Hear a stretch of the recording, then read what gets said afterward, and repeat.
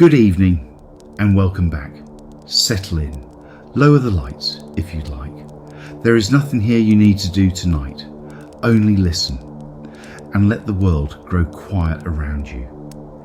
In the year 922, on the banks of the Volga River, deep in what is now Russia, further from the sea than any longship had a right to be, a fastidious Arab diplomat stood watching the camp of tall tattooed northern traders and taking notes. His name was Ahmad ibn Fadlan. He had come from Baghdad, from the most sophisticated court on earth, on an embassy to the Volga's Khan, and the strangers fascinated and appalled him in equal measure. "I have never seen bodies more perfect than theirs," he wrote. "Tall as date palms, fair and ruddy, every man armed and marked from neck to fingertips with dark designs. He watched them trade furs and enslaved captives for silver coins. He watched their mourning, washing with a merchant's disapproving eye. And before he left, he watched them give a dead chieftain to the fire. With his ship in a funeral, he would describe so vividly that we are still reading it 11 centuries later. The men he was watching called themselves, or were called by others, the Russ. Sweden was behind them, weeks away by river and portage, and the country that would one day take its very name from them, Russia, was, at that moment, being invented under their keels. Tonight, the Viking Age turns east. Silver, furs, river roads, and the strangest destiny of any Norse adventure. This is the story of the Russ. While Danes and Norwegians were sailing west into last week's story, England, Ireland, the Atlantic, the Vikings of Sweden looked out on a different sea and a different opportunity. The Baltic is almost an inland lake, and its eastern shore is not a coastline so much as a doorway. Behind the Gulf, where St. Petersburg now stands, the rivers of the great Eurasian plain begin, and they run with portages all the way to the Black Sea and the Caspian, to a people whose ships could be rowed, sailed, dragged and carried. The map whispered an enormous promise. From the Baltic, you could reach Constantinople. You could reach Baghdad's caravans. You could, if you were hardy enough, paddle from the world of the sagas into the world of the Arabian Nights. What pulled them through the doorway was, as ever in this series, silver. The Islamic world in the 9th century was running the richest economy on the planet, and it had an insatiable appetite for what the northern forest produced. Furs above all, sable, marten, black fox, beaver, plus honey, wax, walrus ivory, amber, and slaves. In exchange, silver dirhams flowed north in quantities that still astonish. Modern archaeologists have recovered hundreds of thousands of Arab coins from the soil of Sweden and the Baltic lands, hoard after hoard, the small change of a trade that must have run to millions. On the island of Gotland alone, a windswept Baltic trading crossroads. Farmers' fields have yielded more Islamic silver than anywhere else on earth outside the Islamic world itself. The Baltic's home ports grew rich on the turnaround. At Birka, on an island in a Swedish lake, archaeologists have opened grave after grave of the merchant town that flourished on the eastern trade, silks from Byzantium and beyond, Arab silver, weights and scales in the graves of men and women alike. For commerce here was a family business. One Birka grave furnished like a textbook warrior's: sword, axe, spears, 2 horses, a game board for tactics set on the lap. Was assumed for a century to hold a man. DNA testing within the last decade showed the warrior was a woman. Scholars still debate what her weapons meant to her in life. But she sits well in this episode at the trading crossroads where every certainty about the Norse world gets complicated by the next spadeful of earth. The base camp of the whole eastern venture still exists as a quiet village, Staraya Ladoga, on a river just inland from the Baltic's easternmost gulf, the oldest town in Russia, and in its bones, a Norse one. Archaeology dates the first workshops there to the 700s, a full generation before Lindisfarne, which quietly rearranges the whole story of the Viking Age. Before the first monastery burned in the west, Scandinavians were already trading peacefully in the east, cutting antler combs and stringing glass beads in a river town, waiting for the silver roads to open. The age did not begin with an axe. It began, like most ages, with a market stall. From Ladoga, the network grew southward along the water. Fortified river stations, boat sheds, way camps at the portages. The Slavic and Finnic peoples of the river country called the newcomers by a name history would keep and argue about: the Russ. It may come from an old Norse word for rowing, through the Finnish name for Sweden. Scholars have contested it for 3 centuries, with occasional national feeling. What no one disputes is what the word became. First a people, then a state, then the largest country on earth. Understand the river roads, and you understand everything the Rus became, because these were not the gentle highways the word suggests. They were an obstacle course, 2,000 miles long. The southbound route, the chronicles call the way from the Varangians to the Greeks, Varangian being the eastern name for a Norseman, began in the Gulf of Finland, climbed the Neva and crossed the Great Lakes, then went up the Volkhov, past Ladoga to Novgorod. Then it got hard. Upstream, the rivers dwindled to streams. At the watersheds, the ships came out of the water entirely, unloaded, set on log rollers or hauled onto shoulders, and were dragged overland, cargo carried in relays to the headwaters of the next river system, the Dnieper, flowing south. These portages were the toll gates of the whole enterprise. Whoever held them fed on the trade. Whole settlements existed to sell timber rollers, hire haulers, mend hulls, and every mile of portage was a mile a warband could ambush. The ships themselves changed for the rivers. The great sea-going dragons of the west were useless here.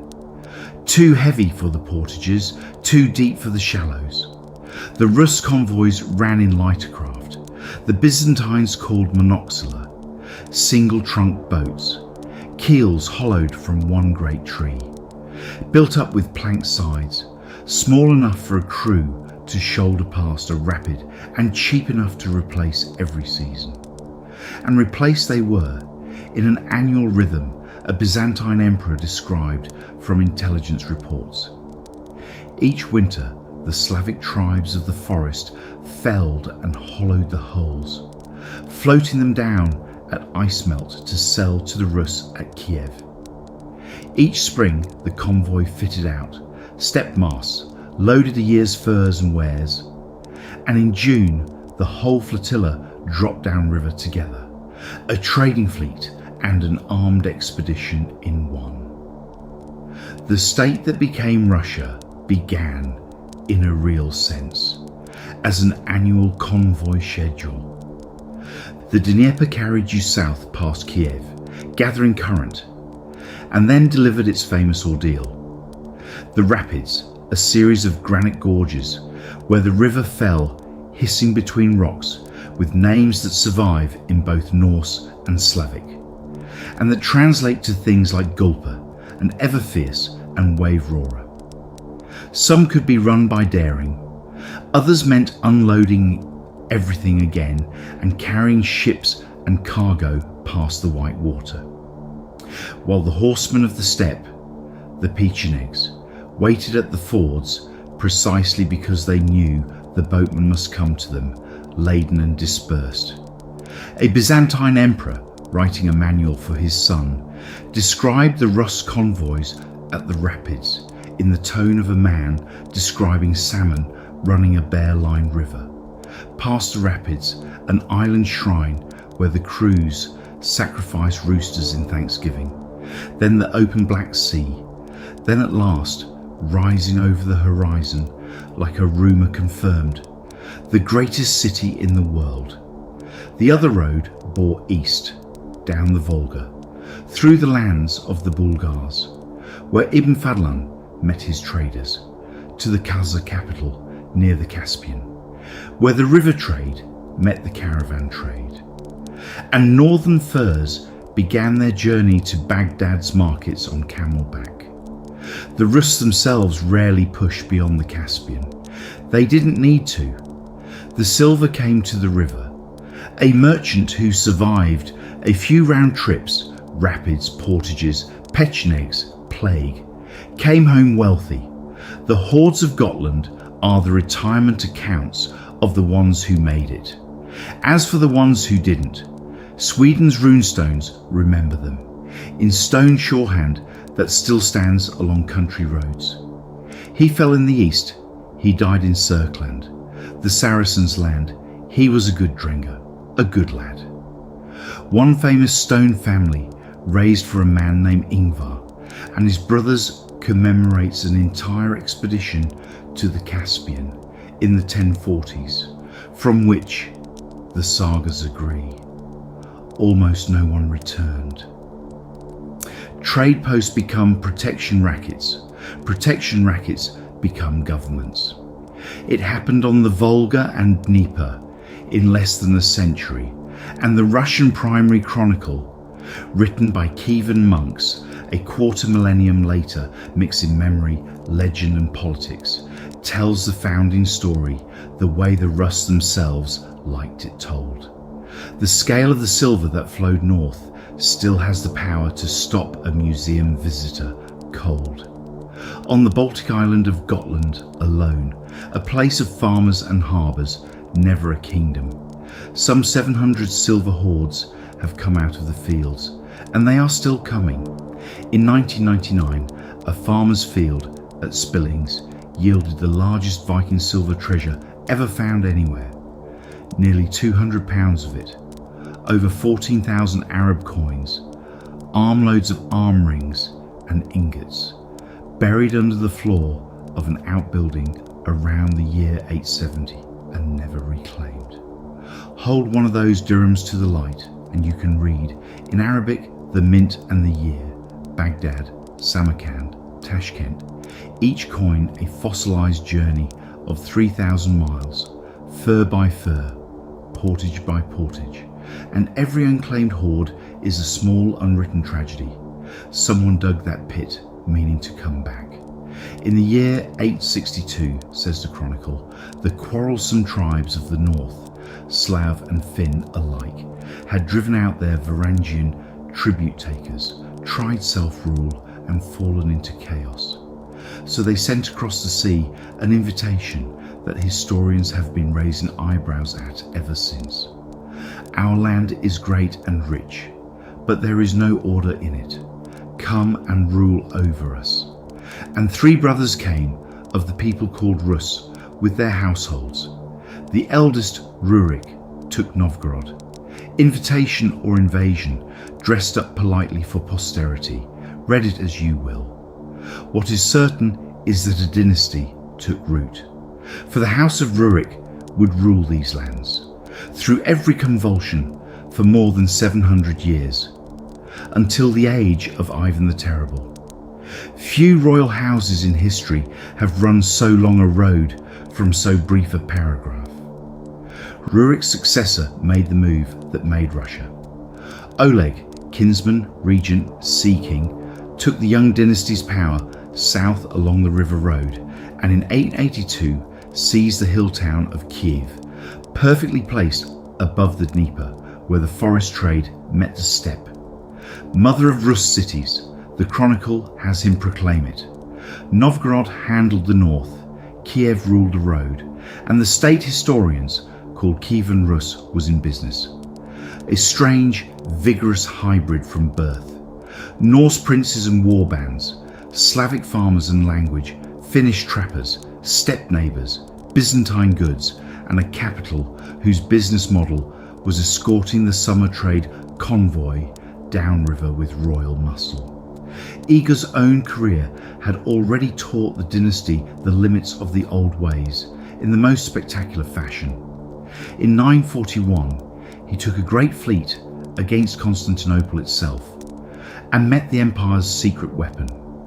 The Byzantine ships came out fitted with bronze siphons, and from them poured the incendiary the world learned to call Greek fire. A petroleum mixture, its recipe a state secret so well kept that it is lost to this day, which burned on the surface of the sea itself. The chronicle's description has the numb precision of survivor testimony. It was, said the Rus who lived, like lightning from heaven. Men let burning into water that was also burning. The fleet was destroyed. The lesson was absorbed. With the empire, one traded, one did not conquer. And the treaties that followed were negotiated by a power that had felt exactly where the limits lay. The dynasty's early generations read like a saga cycle, and one figure towers over them, a woman. When Prince Igor, Rurik's son, was killed by a tributary tribe, the Drevlians, while collecting tribute once too often, his widow Olga took the regency for their small son. And the chronicle devotes page after relishing page to what she did next. The Drevlians, confident, sent envoys proposing she marry their prince. She had the first embassy buried alive in their boat, the second burned in a bathhouse, then at a funeral feast on her husband's grave mound, her retainers cut down thousands more, and when their capital still held out, she took it, says the chronicle, by asking a gentle tribute of 3 pigeons and 3 sparrows from each house, then releasing the birds at dusk with slow burning matches tied to their feet, each one flying home to its own eave and thatch. The city burned, and Olga's name became a byword. Kiev itself, by Olga's day, was becoming worth ruling. On its bluffs above, the Dnieper stood the princely halls and the pagan idols. Below, along the river, spread the podile, the workshop and market quarter, all boatyards, forges, glassmakers and fur warehouses, where a dozen languages haggled through the trading season. Downhill and uphill, commerce and power, the two halves of the Rus enterprise in one town plan. Travellers of the next century would call Kiev a rival to Constantinople in splendour, which was affectionate exaggeration. But affectionate exaggeration is itself a kind of measurement of how fast a portage town had risen. How much of that is history and how much is a saga writer enjoying himself, no one can say. The bird trick appears in legends across the world, but hold the sequel beside it, because the same woman did something perfectly historical and far more consequential. Around 957, Olga travelled to Constantinople, dazzled and was dazzled, and became the first of her house to be baptised a Christian. The emperor himself stood in some ceremonial role at the font. Her son refused the new faith. His warriors would laugh at him, he said. Her grandson would not laugh. The chronicle, which adored her, gave Olga the epitaph history has kept. She was, it says, the dawn before the sunrise. And Olga, the terrible avenger, has a second, better claim on history. She was the dynasty's first real administrator. After the Drevlian War, the chronicle shows her doing something no saga heroine bothers with, touring the territories and replacing the old provocative system of roving tribute collection. The very practice that had killed her husband, with fixed stations and set quotas, regular places, regular amounts, regular seasons. It reads, dull beside the burning birds, and it built more than they burned. Taxation with a schedule is very nearly the definition of a state. And it was a widowed regent, minding her son's inheritance, who gave the Russ theirs. That unlaughing son deserves his portrait, for he was the last purely Viking figure on the Kievan throne. Sviatoslav, shaven head with a single warrior's lock, a gold earring, moustaches like a Turkic Khan, a man who, on campaign, used no tent and no pot, roasting strips of meat over coals and sleeping on his saddle blanket under the stars. His life was one long campaign. He broke the Khazar power on the Volga forever, fought the Bulgars and Byzantines down the Danube, and dreamed of moving his capital south. And his death was pure saga, ambushed at the Dnieper rapids by the Pechenegs, at the choke point every trader feared, and his skull, so the story goes, bound in gold and made into the Khan's drinking cup. The rivers gave the Rus everything. They collected their tolls too. Through all of it, every ambition on the rivers bent toward one magnet, Constantinople. The Rus called it simply Miklagard, the great city, and no other name in the Norse world carried such freight. 500,000 people behind triple walls, domes of gold above a harbour of 10,000 masts, mechanical lions that roared beside the emperor's throne, and a throne that rose toward the ceiling while ambassadors knelt. For the wild north, it was Rome, El Dorado, and Heaven's forecourt in one skyline.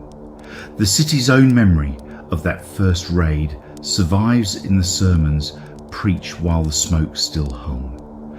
The patriarch Photius, one of the great minds of the age, stood in the great church and asked his congregation to consider what had found them. A nation obscure and of no account, he said, from the very ends of the earth, savage, nameless until now. And it had ravaged the suburbs of the Queen of Cities, while her armies looked the other way. Thunderbolt from an unknown sky, punishment for sin, humiliation pointedly rehearsed. The sermon could have been preached at Lindisfarne, 67 years and 3,000 miles apart.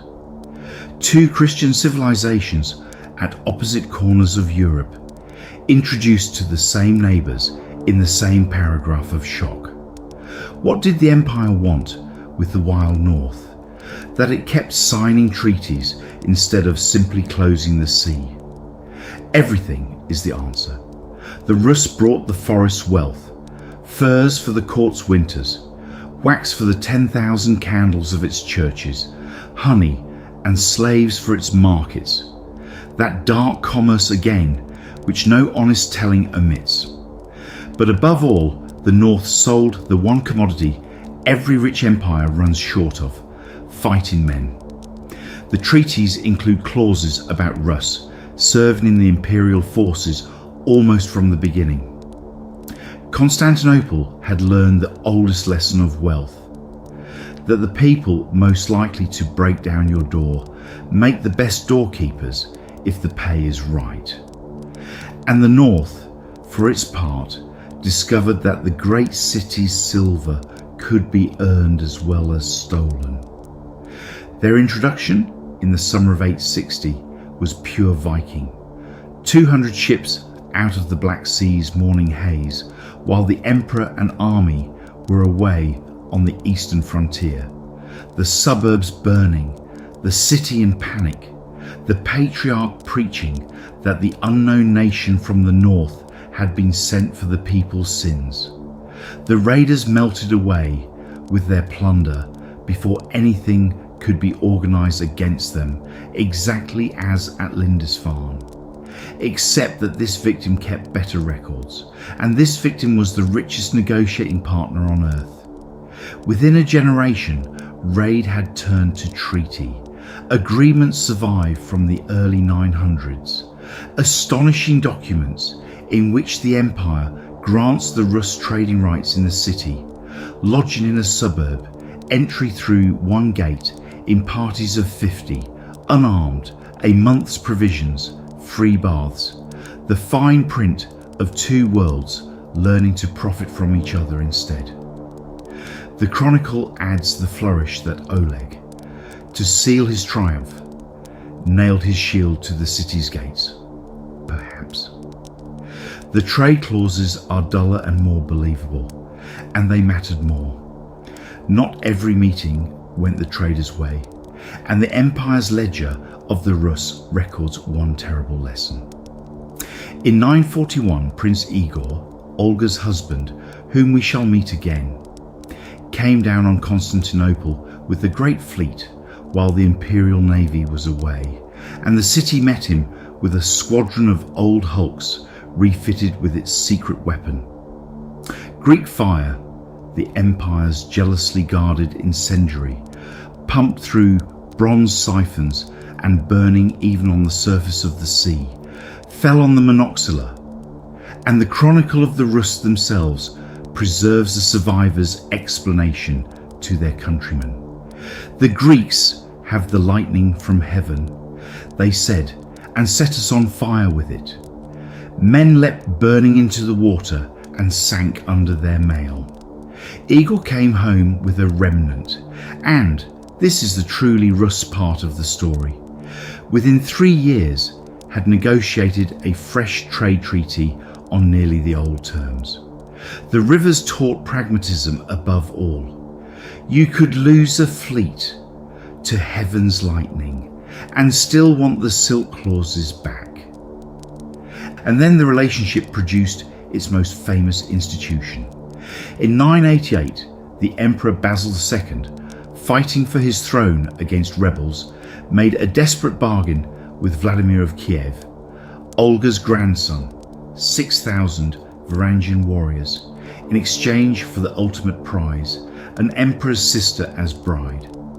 Princesses born to the purple were not given to barbarians. The price of this one was Vladimir's baptism, and with him, by decree, in the Dnieper's waters, his peoples. The chronicle wraps the conversion in a beloved legend. Vladimir shopping among the faiths, rejecting Islam. Drink, he supposedly said, is the joy of the Rus. We cannot do without it. Unimpressed by the Germans' Latin rite, until his envoys came back from the great church in Constantinople, saying we no longer knew whether we were in heaven or on earth. Legend or not, the choice set 1,000 years of Russian history on its axis. Orthodox, Byzantine facing, baptized in a river by a Viking's great-grandson. Service in the Guard was a world of its own, and we know its texture from both ends of Europe. The axemen stood watch at the bronze doors, and behind the throne through the endless liturgies of court ceremony. They marched at the emperor's stirrup on campaign. They policed the palace's conspiracies and occasionally joined one. Sagas written in Iceland track their careers like proud alumni newsletters. Byzantine chroniclers note their drinking with the exasperated fondness of employers everywhere, calling them the emperor's wine bags and never questioning their loyalty at sword point. A Norse boy could leave a farm on a fjord and come home a decade later with gold in his sea chest, a Greek cloak, and stories no one could check. Thousands did exactly that.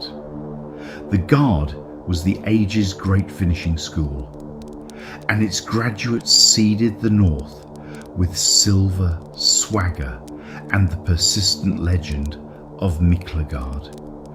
The 6,000 became the Varangian Guard. the emperor's personal regiment of Norsemen, axe-bearers at the throne, the most prestigious employer in the Viking world.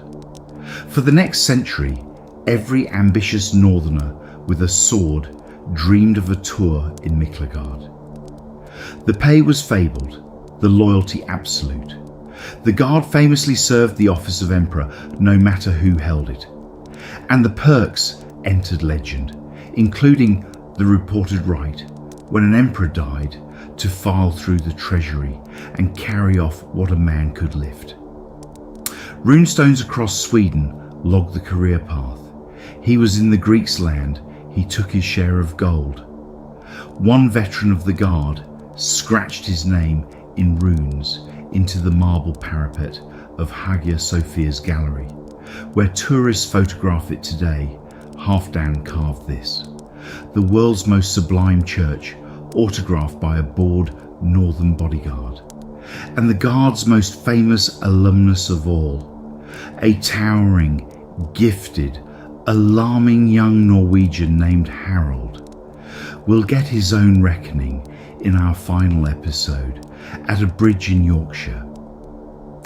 How Ibn Fadlan came to be on that riverbank is a story in itself. The king of the Volga Bulgars, a Muslim convert with the Khazar Khagan's hand heavy on his neck, had written to the Caliph in Baghdad, asking for instruction in the faith and for money to build a mosque and a fortress.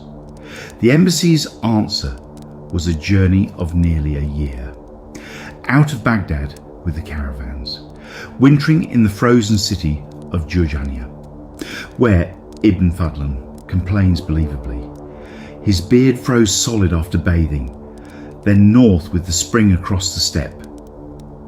Camels floundering through snow, rivers crossed on camel skin rafts, the diplomat counting each of the dozens with the survivor's precision.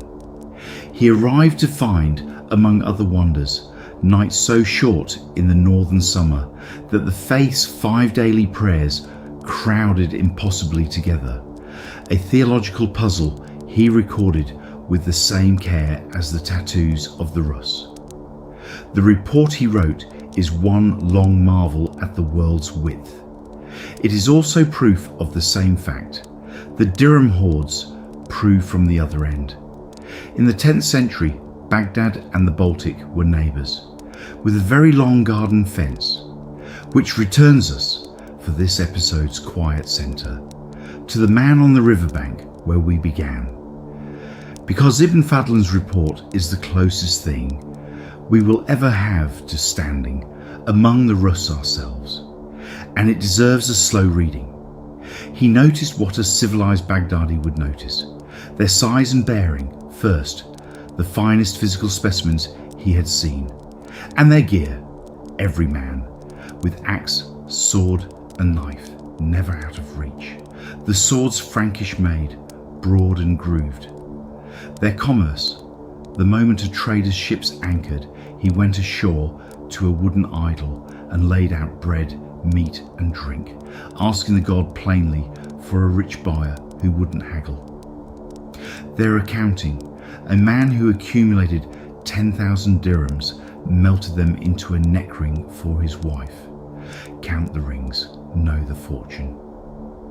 Their squalor by the standards of a man from the city of public baths, the shared washing bowl each morning that made the fastidious diplomat shudder and write a paragraph, and their women's finery, on each breast a little box of iron, silver or gold, with a ring for the knife, strings of green glass beads, for which he notes with a trader's precision.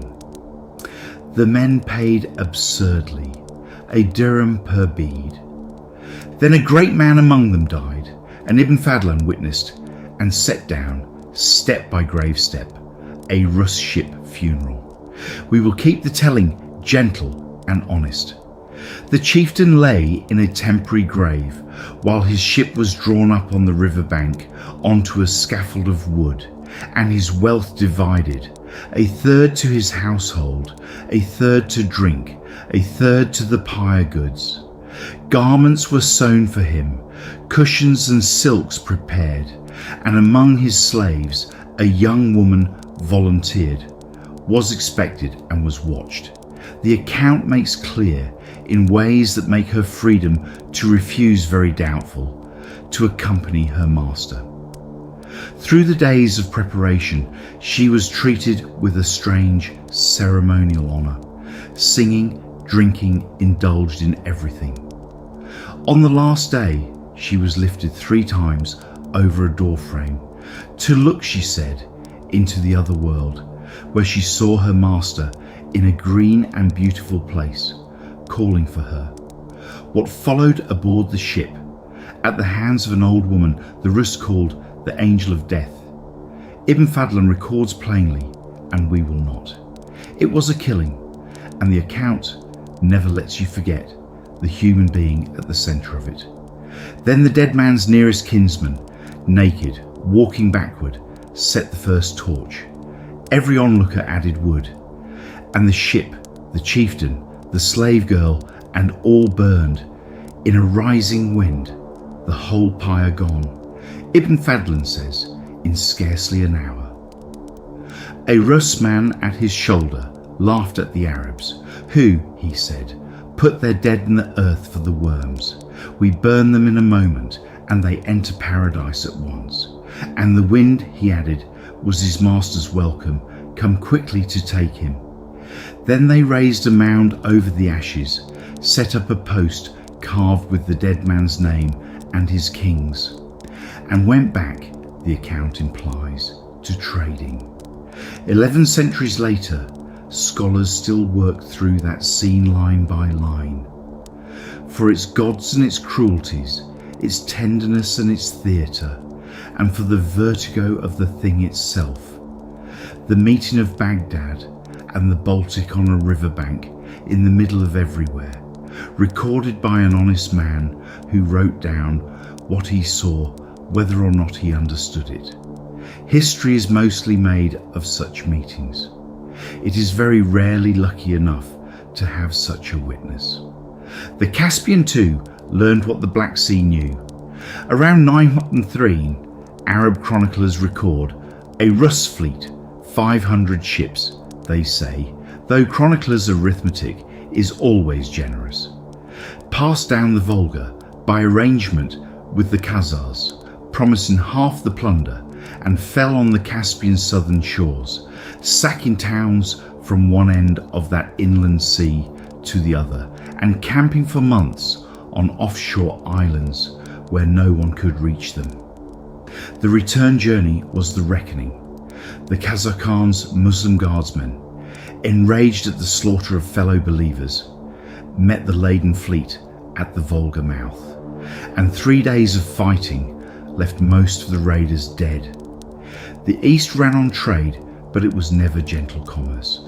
The same hulls carried furs one season and fire the next, and the line between merchant and raider was exactly as wide as the opportunity. The strangest thing about the Eastern Vikings is how completely they dissolved into what they created.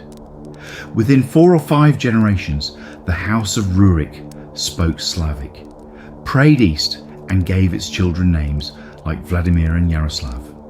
The warband's grandsons were boyars. The river station tolls had become estates taxes.